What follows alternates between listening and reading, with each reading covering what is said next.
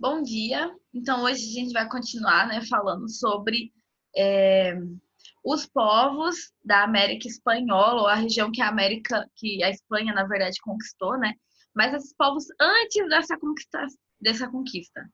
Deixa eu compartilhar aqui com vocês os slides.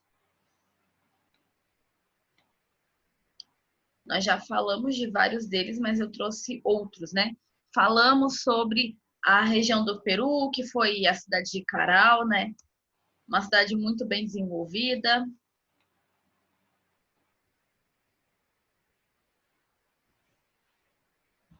que ela tinha duas partes, as casas feitas de taipa, né, com madeira e barro molhado. Falamos sobre a diversidade, por exemplo, da sua plantação, né? E aí, acho que, se eu não me engano, a gente parou aqui, não foi? Nos legados, né? Sobre o legado, né? Essa cidade de Caral, então, ela vai ter a língua dela vai ser uma língua originária, né?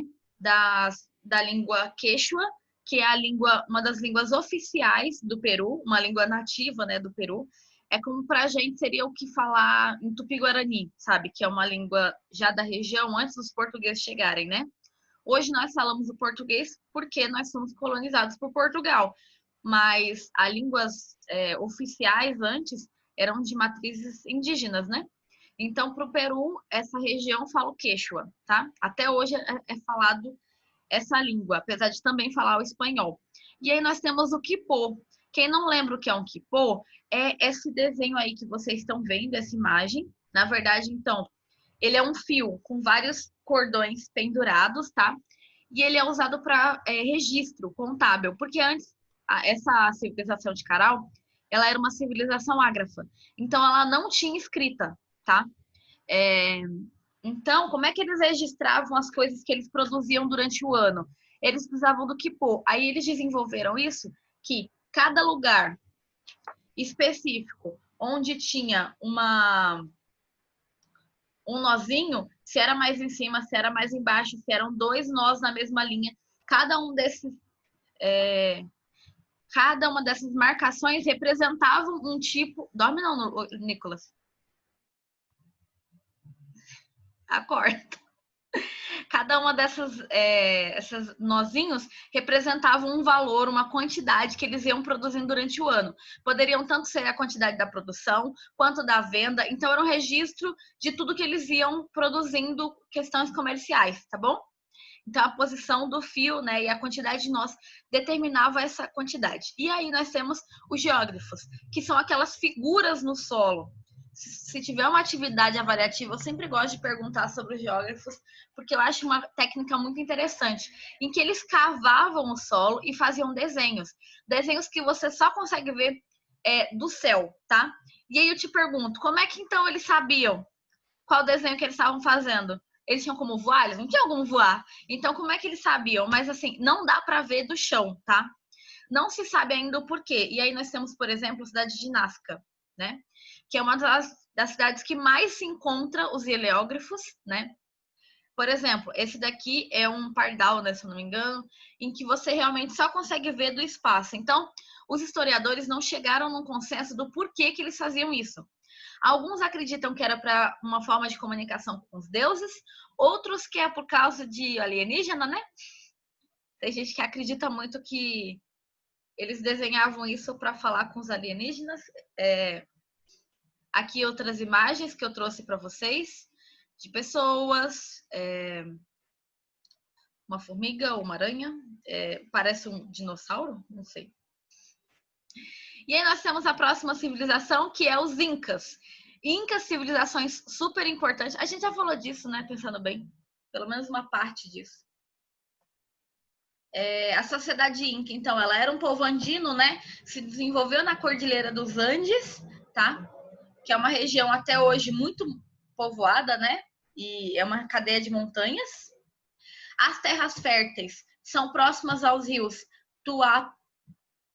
Uatanai e Tulumai, que fica próximo à região de Cusco, né? E nós temos nessa região, primeiramente, então vai se desenvolver para eu ver o filme da Nova Onda do Imperador, conseguir compreender a matéria. Então, como eu falei, aquele filme é muito bom, porque ele fala sobre uma espécie de é um imperador inca, né? Mas lembrando que ele não tem muitos fatos históricos, né? Mas ajuda a visualizar um pouco uma civilização muito diferente da nossa, né? Então, aí nós temos o Império Xingu, que se desenvolveu primeiro que os Incas e depois os Incas vão conquistar esse império, né? Os Xingus, então, eles já tinham, né, um desenvolvimento em várias técnicas de construção de canais, aquedutos para as regiões áridas, né, e não cultiváveis. Então, essas regiões que eram desérticas ou que não dava para cultivar porque não tinha água, eles vão conseguir desviar o leito do rio para essas regiões, tá? E os Ximus, eles já plantavam milho, abóbora, algodão, tá? E os Incas vão acabar pegando muito dessas características também. A cidade principal tinha aproximadamente 80 mil habitantes. É um número grande, tá? E como a gente estava falando, temos Cusco, que não é o Cusco do desenho, aquele lá é uma representação de um líder, né, Inca. Até se escreve de forma diferente, né, mas ajuda a entender que o líder Inca, então, ele era alguém que era mais do que um imperador, né? Ele era considerado um deus, ou a representação dos deuses aqui na Terra. Cusco, a palavra Cusco em Quechua, significa umbigo do mundo. E o império ocupava uma área de 1 milhão de quilômetros quadrados. Então era bem grande o império, tá? A região, né, da Cordilheira dos Andes é uma região bem grande. E cerca de 10 milhões de pessoas. E como a gente estava falando, né, do imperador. O Sapa Inca, então, é o imperador, né, do Inca, né? A palavra Sapa Inca significa único Inca, então era aquele o poder centralizado nas mãos dos povos dominados, né? Então o poder estava todo na mão dele, ele era a representação de Deus. Esse daqui foi um dos últimos, né, Sapa Incas que já existiram, tá? E na questão da hierarquia social, vocês podem abrir lá no livro de vocês, página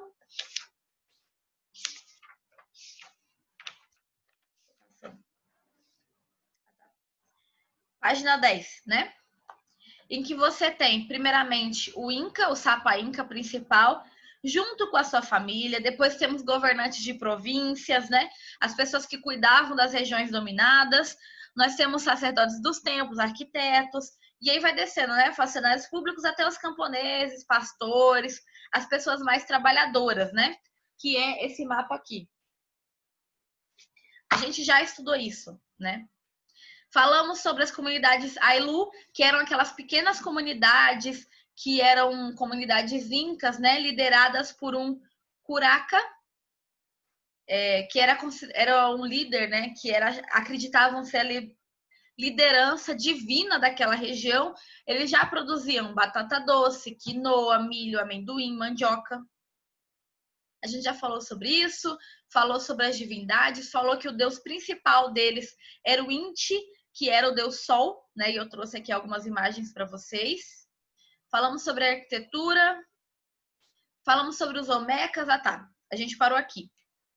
Sobre os Olmecas, né? Que era uma outra civilização ali na região do México, né? Eles tinham aproximadamente 13 mil pessoas, né, no sua população, e eles desenvolviam essas cabeças gigantes de pedra que pesavam até 20 toneladas, ainda estão lá para as pessoas poderem ver. E a maioria dos povos que a gente vai estudar a partir de agora descendem desses aqui, descendem dos Olmecas, tá? Então eles tiveram uma grande influência nesses novos povos que vão surgir, porque quando os Olmecas se espalham, eles vão criando essas novas civilizações. E aí, como eu falei por último, semana passada, nós temos as colinas artificiais, né? Que são aquelas regiões em que não era natural. Os Olmecas construíram essas colinas, colocaram terra, né? Para que a elite morasse em cima e os plebeus, as pessoas da classe baixa, morassem embaixo. E aí, o legado Olmeca. Nós estamos, para você saber, na página 14, tá? No legado olmeca, primeiramente é importante você saber que era uma civilização de religião xamânica. Então eles tinham xamãs, tá? Que eles acreditavam que quando entravam em transe, eles entravam no mundo espiritual e podia falar com os deuses. Um aluno do sexto ano da tarde ontem me falou, quem já assistiu a Lenda de Aang, o Aang mesmo entra, né, no mundo espiritual, né? Seria naquele sentido, tá? Mais ou menos. Mas quem gosta dessas coisas, assista Irmão Urso. Para mim, o melhor filme de todos os tempos da Disney. Quem nunca viu. E lá eles têm xamãs, né? Que eram líderes espirituais da comunidade, muitas vezes curandeiros também, que eles acreditavam falar, então, com os deuses. E qual era a principal divindade que eles veneravam, né? Os olmecas? Era o jaguar, uma espécie de onça pintada, representando a força, a velocidade, né? A sagacidade, tá? Eles acreditavam que os feiticeiros, né? Os xamãs, eram as representações humanas desses jaguares, ou eles poderiam encarnar esses jaguares, tá bom? Com várias coisas que eles foram conhecendo por meio da pesquisa, né? A natureza, eles conheceram já as primeiras ideias da astronomia, descobrindo quais eram as posições dos astros. Isso, quando eles descobrem isso, descobrem também que é uma forma de saber a época certa de plantar, qual é o tempo certo para cada coisa, porque a gente sabe a posição dos astros.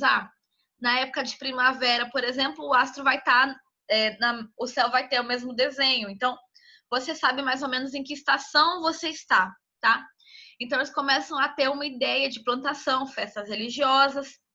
E também, eles já tinham escrita, tá? Só que a maioria dessa escrita foi feita em madeira, então se perdeu. A gente não tem muito registro. Outro fato que vai ser bem utilizado nas outras civilizações é o jogo da pelota.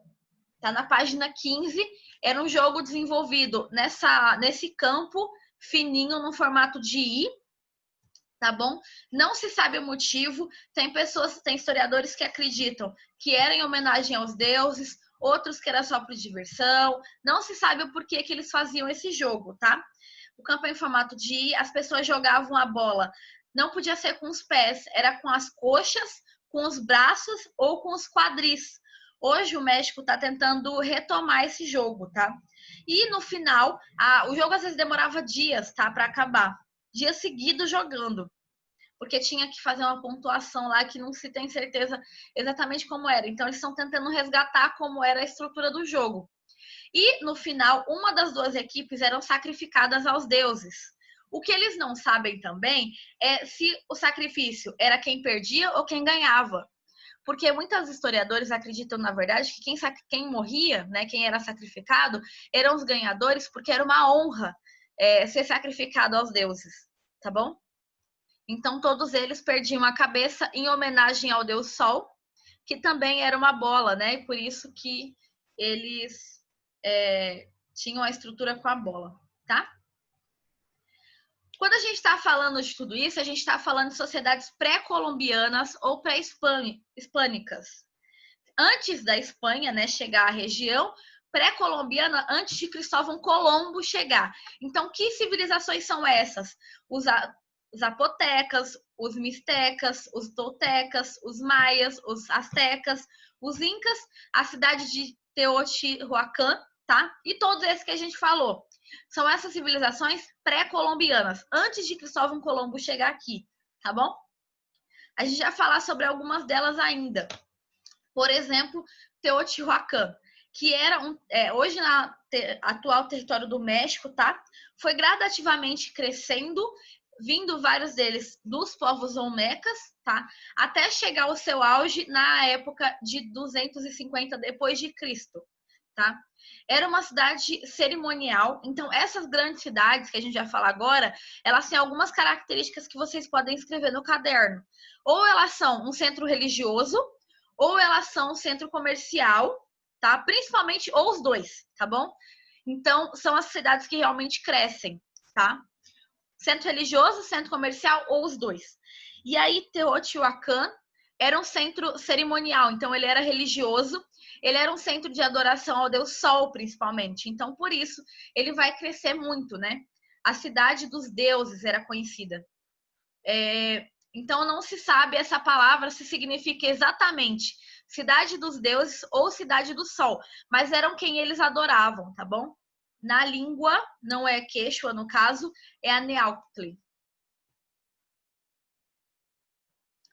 A cidade era tão grande, essa daqui como uma cidade, né, forte, que tinha uma população de aproximadamente 200 mil habitantes.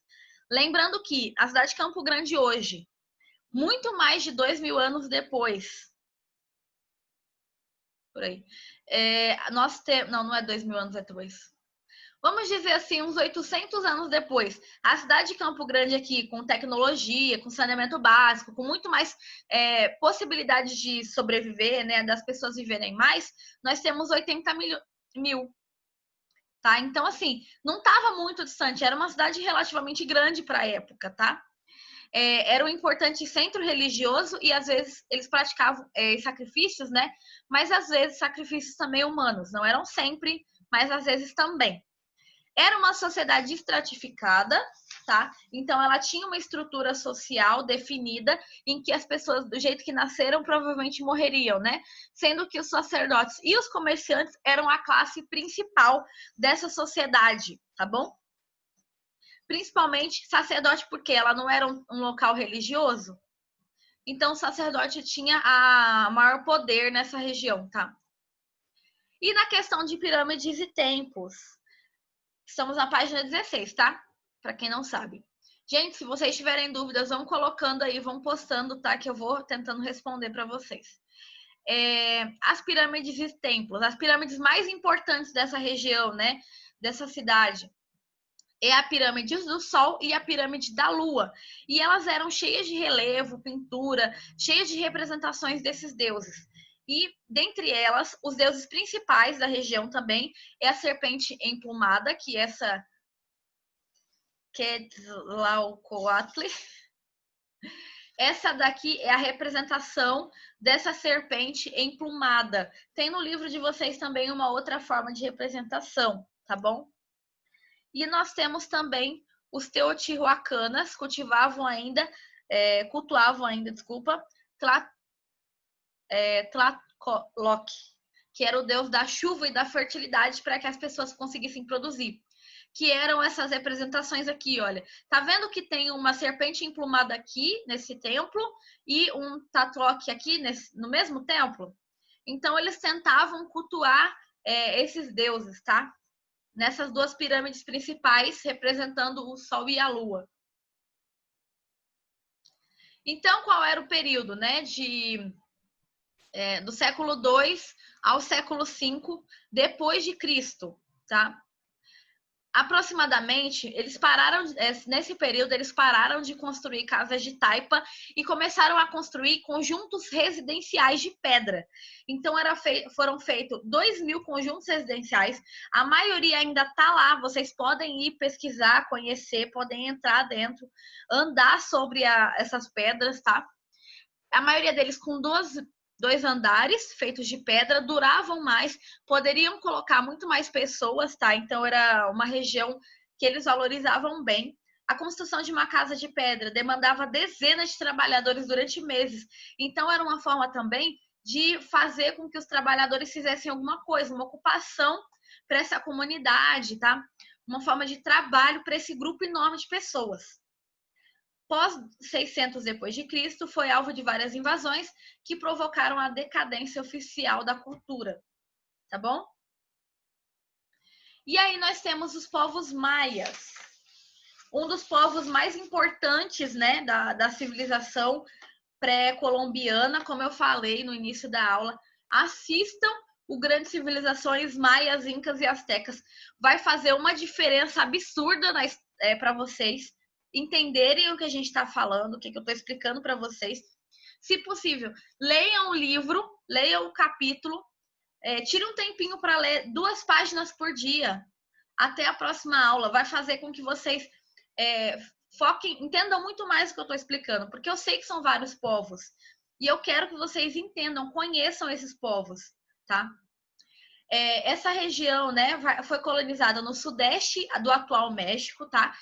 E era um grupo de pessoas que deslocaram da região dos Estados Unidos hoje e Olmecas também.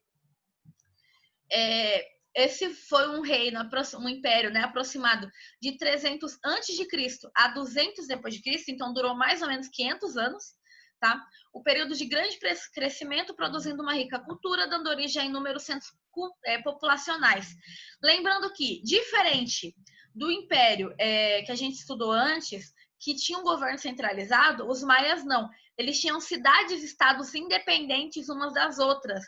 Então, cada cidade-estado poderia ter a sua liderança, poderia adorar seus próprios deuses, mas eles tinham o fator de todos serem maias, tá?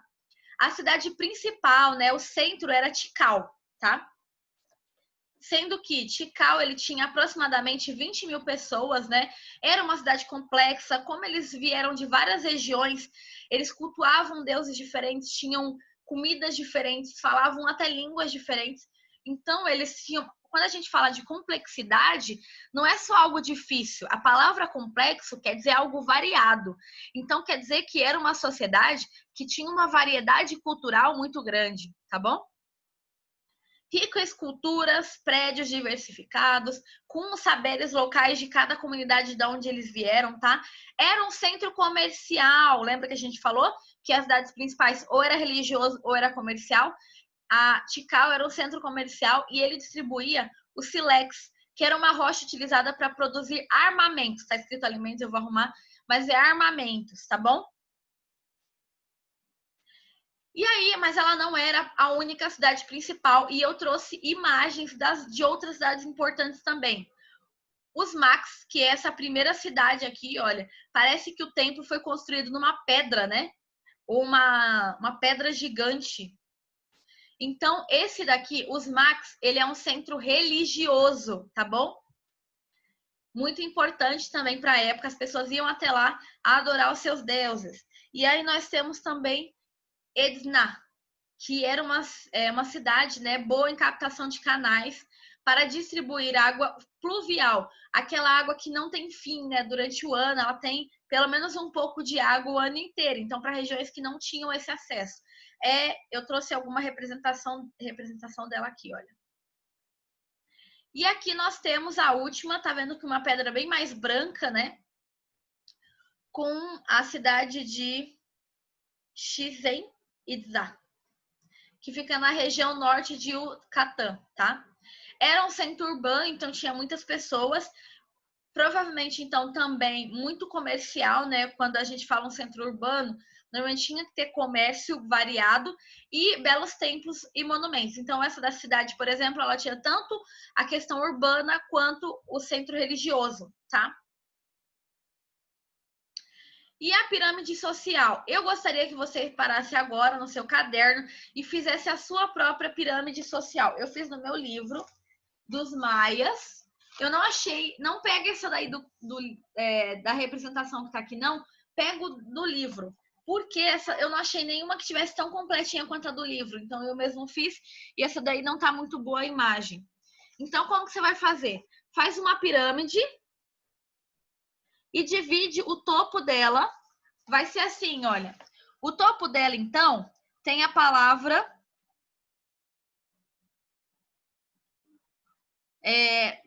na página 19, se vocês quiserem ir acompanhando, é bom, porque a palavra, quando ela for difícil, você consegue copiar.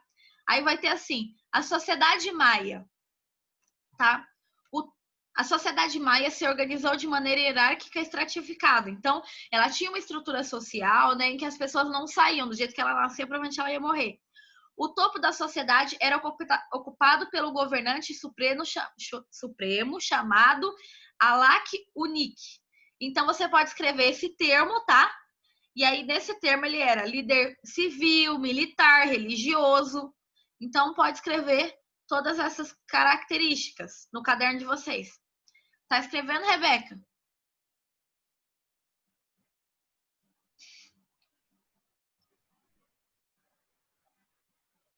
Pega o livro para vocês saberem qual que é o termo certinho. Alak Unik, então, era líder civil, militar, religioso da região, né? Lembrando que essas civilizações acreditavam que os seus líderes descendiam dos deuses ou tinham alguma ligação com esses deuses, tá? Cada cidade-estado, lembra que elas tinham cidades-estados diferentes, né? Contava com Alak Unik, auxiliado pelos seus abades. Então, segunda categoria aí na sua pirâmide social, os abates. Batabes, desculpa. Governava a cidade por meio das... era uma aristocracia, então, um poder na mão de poucas pessoas, né? Que desempenhavam funções religiosas, administrativas e guerreiras, tá? Acompanhando aí. Podem grifar no livro de vocês também e ir desenvolvendo com um dia se vocês não conseguirem terminar hoje. Agora, quer dizer, terminem hoje. O restante da população, então, mais uma categoria aí da sua pirâmide, era chamado principalmente por camponeses, artesãos e comerciantes.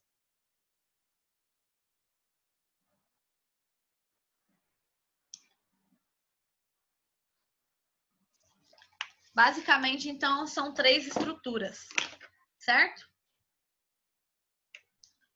Continuando, e como que era a relação de família dessas pessoas? A relação de família, eles compartilhavam... Então, acabando o tempo.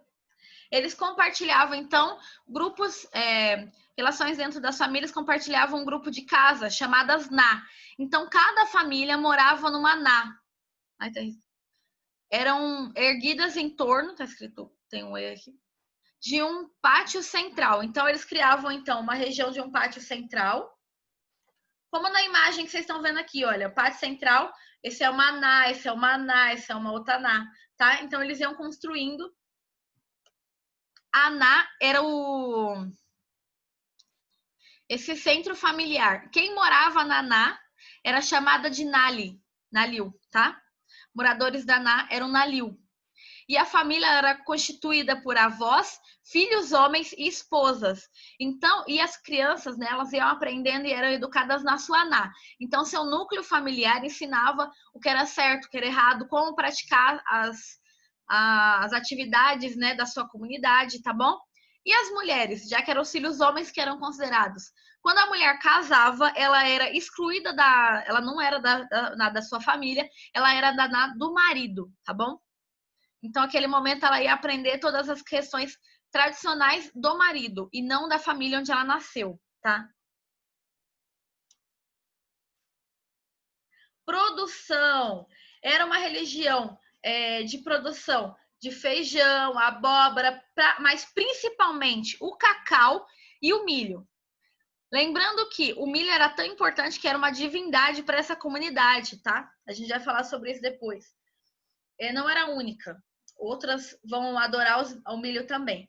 Mas o milho dava para fazer vários tipos de alimento, né? Não só milho cozido, assado, mas também dava para fazer tipos de tabletinho, tipo um pão. Eles faziam ou uma massa, né? Uma espécie de mingau. Então eles faziam vários produtos com milho. Então eles acreditavam que o milho realmente era uma coisa abençoada e trazida pelos deuses. E o cacau, ele já desenvolveu... O cacau não era utilizado por todo mundo, era principalmente as comunidades mais ricas, né, da sociedade, as camadas ricas da sociedade, mas eles faziam uma bebida quente com cacau para aquecer. Então, se hoje a gente bebe, por exemplo, pode tomar chocolate, é por causa dessa sociedade. Então, vamos abençoar aí essa sociedade que nos abençoou com chocolate, né? Quem gosta de chocolate, eu sou uma pessoa completamente chocolatra.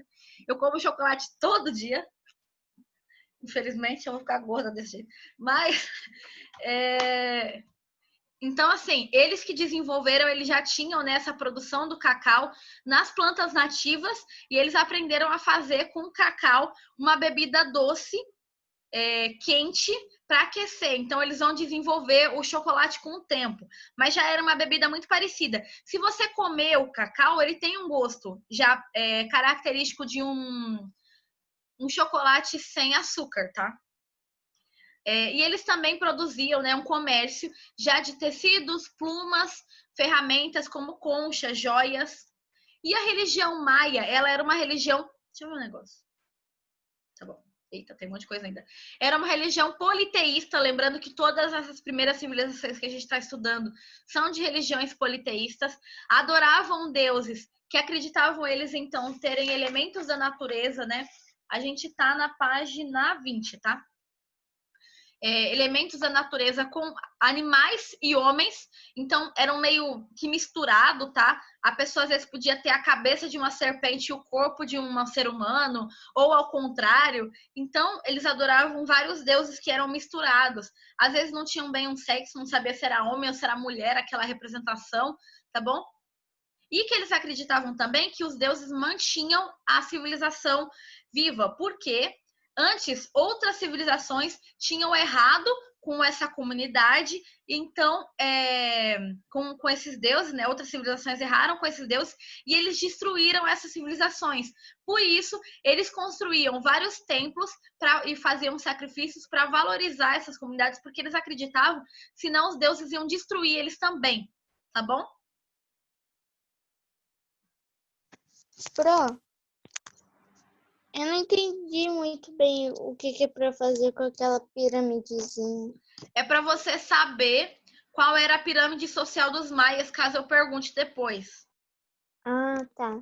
Ô, Pro, eu perguntei ali no Google comidas incas. Aí apareceu que eles comiam lhama. Algumas. É que assim, não era todo mundo que comia carne, né? A gente vai falar sobre isso daqui a pouco. Mas quem comia, as classes mais ricas, em épocas de cerimônia, comia lhama, comia cachorro. Coitado. Ué, mas tem gente que acha coitado da vaca que a gente come. Ai, desculpa, liguei sem querer.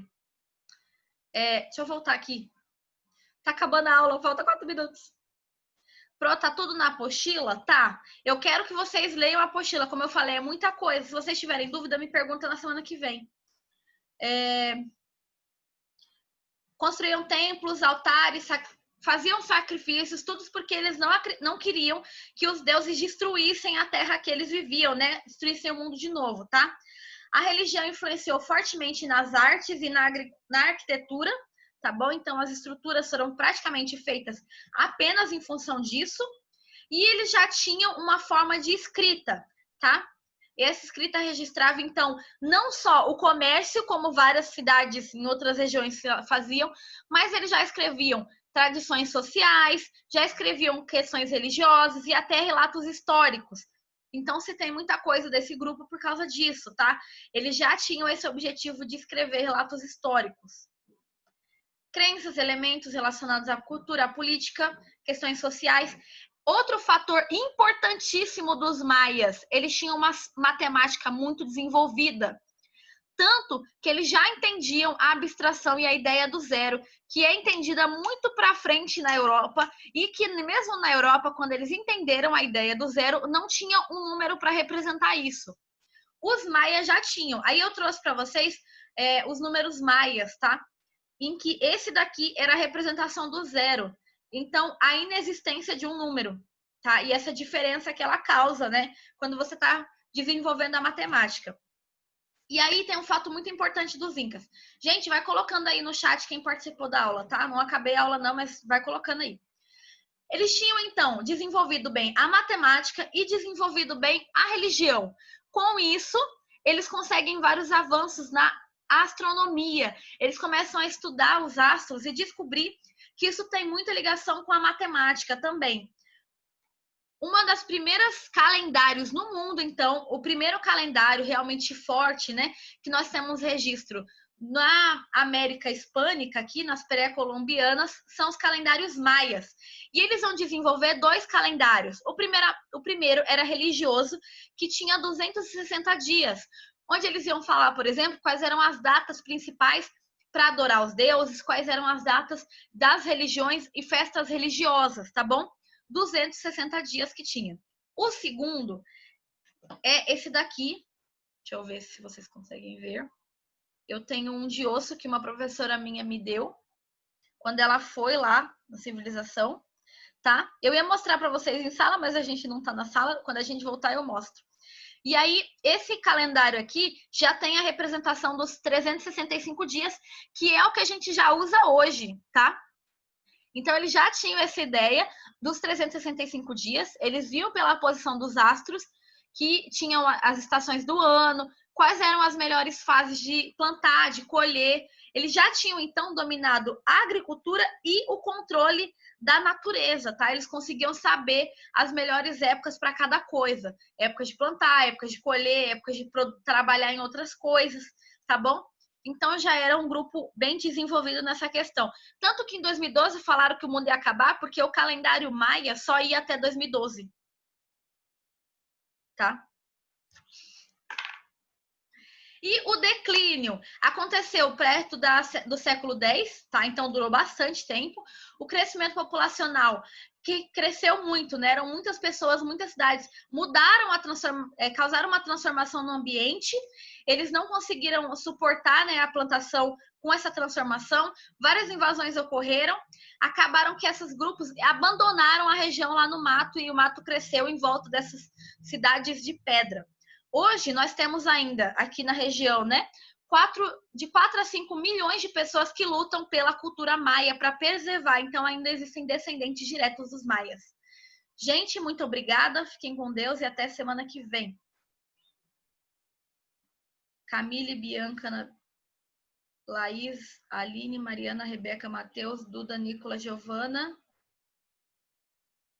Mais alguém que